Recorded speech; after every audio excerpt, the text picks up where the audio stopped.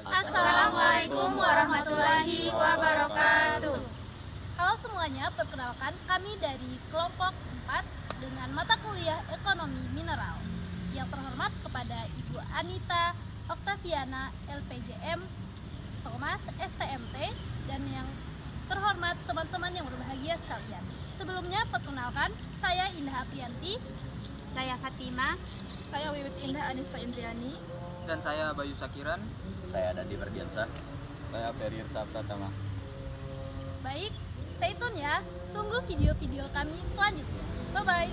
Baik, untuk materi pertama yaitu pendapatan tambang, yang dimana pendapatan tambang ini merupakan penerimaan bruto yang diperoleh perusahaan tambang dari penjualan hasil produk mineral atau batu bara, sebelum dikurangi oleh biaya seperti biaya operasional, pajak, dan kewajiban lainnya. Selanjutnya yaitu komponen utama pendapatan tambang, yang dimana secara umum pendapatan tambang ini dihitung dari pendapatan tambang sama dengan produksi terjual dikali dengan harga jual. Selanjutnya, produksi terjual atau sales volume dipengaruhi oleh cadangan dan kualitas biji, recovery pengolahan, kapasitas alat dan pabrik, kemudian kehilangan saat penambangan dan pengolahan. Selanjutnya, harga jual komoditas, yang dimana harga tergantung pada harga pasar internasional atau HBA, LME, dan LBMA. Selanjutnya, kontrak penjualan yang bisa dilihat di spot atau long term kontrak. Selanjutnya, kadar atau grade kualitas dan penalti. Kemudian, jenis pendapatan tambang. Pendapatan tambang itu terdiri dari beberapa. Yang pertama itu pendapatan kotor. Pendapatan kotor ini sebelum dikurangi dengan royalti pajak, biaya operasional, dengan rumus produksi dikali dengan harga jual. Kemudian pendapatan bersih atau net revenue, pendapatan ini setelah dikurangi dengan kewajiban negara, yang dimana net revenue sama dengan gross revenue dikurang dengan royalti, dikurang dengan pajak penjualan. Oke, selanjutnya yaitu ada royalti dalam pendapatan tambang. Nah, royalti itu adalah penerimaan negara sehingga mengurangi pendapatan tambang. Nah, selanjutnya itu ada yang kelima, yaitu faktor yang mempengaruhi besarnya pendapatan. Di antaranya itu ada beberapa poin. Yang pertama itu harga komoditas global, yang kedua itu kadar atau grade kualitas biji. Selanjutnya ada recovery pengolahan. Kemudian ada kapasitas produksi. Selanjutnya ada kebijakan pemerintah. Setelah itu ada nilai tukar atau USD ke IDR. Selanjutnya ada poin ke-6, yaitu pendapatan tambang dalam analisis kelayakan. Pendapatan ini digunakan yang pertama itu untuk menyusun cash flow tahunan, kemudian menghitung NPV, kemudian menghitung IRR, selanjutnya itu menentukan payback.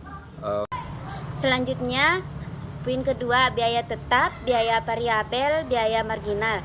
Biaya tetap adalah biaya yang jumlah totalnya tidak berubah walaupun tingkat produksinya atau jam kerja naik atau turun dalam periode tertentu. Ciri-ciri biaya tetap: tidak mempengaruhi volume produksi. Yang kedua, dibayar secara periodik atau bulanan atau tahun. Yang ketiga, bersifat jangka menengah atau panjang. Yang ketiga, sulit dihilangkan dalam waktu yang singkat. Biaya variabel. Biaya variabel adalah yang berubah sebanding dengan volume produksi atau jam kerja. Ciri-ciri biaya variabel: 1. Dipengaruhi langsung oleh aktivitas produksi. Yang kedua, bisa dihitung per jam atau per ton. Yang ketiga, bersifat operasional harian. Yang keempat, bisa ditekan dengan efisiensi. Contoh biaya variabel: yang pertama, bahan bakar atau solar. Yang kedua, oli. Yang ketiga, ban alat berat. Yang ketiga, suku cadangan habis dipakai. Yang keempat, upah operator. Terus yang terakhir, biaya marginal. Biaya marginal adalah tambahan biaya yang ditimbul untuk menambah satu unit produksi, misalnya 1 ton per biji. Baik, saya bakal ngejelasin tentang pengertian dari produksi optimal. Produksi optimal di pertambangan adalah tingkat produksi yang paling menguntungkan secara ekonomi, bukan yang paling besar. Produksi ini ditentukan dengan menyeimbangkan jumlah material yang ditambang, kadar biji, biaya operasi, harga komoditas, dan umur tambang, sehingga diperoleh nilai ekonomis maksimum dengan tetap memenuhi aspek teknis, keselamatan, dan lingkungan. Yang kedua, tujuan dari produksi optimal ada beberapa. Yang pertama, memaksimalkan net present value. Yang kedua, menekan biaya operasi per ton. Yang ketiga, menjaga kesinambungan umur tambang. Yang keempat, mengoptimalkan pemanfaatan alat dan tenaga kerja. Yang kelima, menyesuaikan produksi dan dengan kadar dan kualitas biji. Yang keenam, mengurangi kehilangan cadangan atau loss dan dilution. Yang ketiga, faktor yang mempengaruhi produksi optimal. Yang pertama, faktor geologi. Yang kedua, faktor teknis. Yang ketiga, faktor ekonomi. Yang keempat, faktor non-teknis. Selanjutnya saya akan menjelaskan penerapan pada cadangan mineral mencakup identifikasi dan penilaian atau eksplorasi evaluasi ekonomi, perencanaan penambangan atau optimasi konservasi termasuk cadangan marginal atau serta pengelolaan berkelanjutan melalui teknologi, daur ulang, hilirisasi, dan good mining praktik atau aspek lingkungan sosial dan tata kelola. Untuk memaksimalkan manfaat ekonomi sekaligus menjaga keberlanjutan lingkungan dan sosial sesuai kebijakan nasional. Tahapan penerapan yaitu dibagi menjadi 3. 1. Eksplorasi dan penilaian atau exploration dan valuation. 2. Perencanaan penambangan atau mining planning.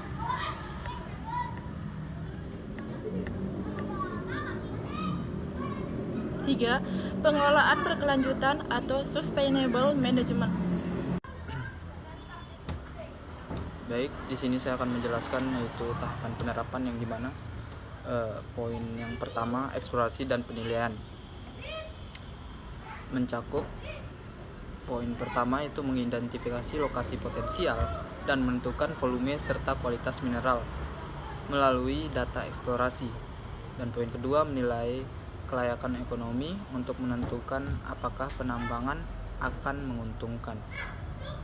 Dan selanjutnya perencanaan penambangan yang dimana poinnya di situ ada optimasi cadangan marginal atau mengintegrasikan cadangan marginal yang sebelumnya tidak ekonomis ke dalam rencana penambangan dengan mempertimbangkan teknologi baru dan pencampuran biji.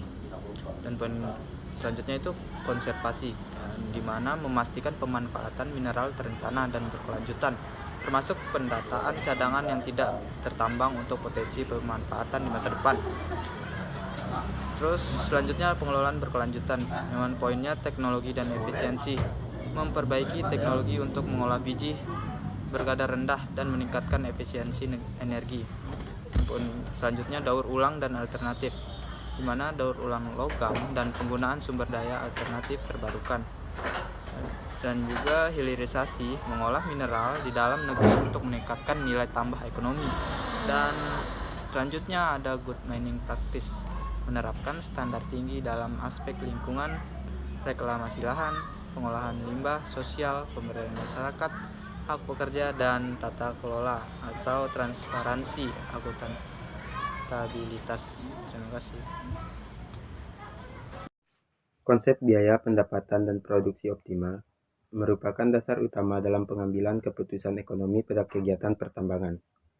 Pendapatan tambang ditentukan oleh volume produksi dan harga jual komoditas yang bersifat fluktuatif mengikuti dinamika pasar global. Oleh karena itu, peningkatan pendapatan tidak semata-mata dicapai dengan meningkatkan produksi, tetapi harus mempertimbangkan batasan teknis, lingkungan, dan ekonomi agar tidak menimbulkan pemborosan biaya maupun penurunan nilai sumber daya. Produksi optimal dicapai pada kondisi ketika selisih antara pendapatan total dan biaya total menghasilkan keuntungan maksimum, atau secara ekonomi, ketika biaya marginal sama dengan pendapatan marginal. Pada titik ini, kegiatan penambangan berlangsung secara efisien, berkelanjutan, dan memberikan nilai ekonomi tertinggi terhadap sumber daya mineral yang ditambang.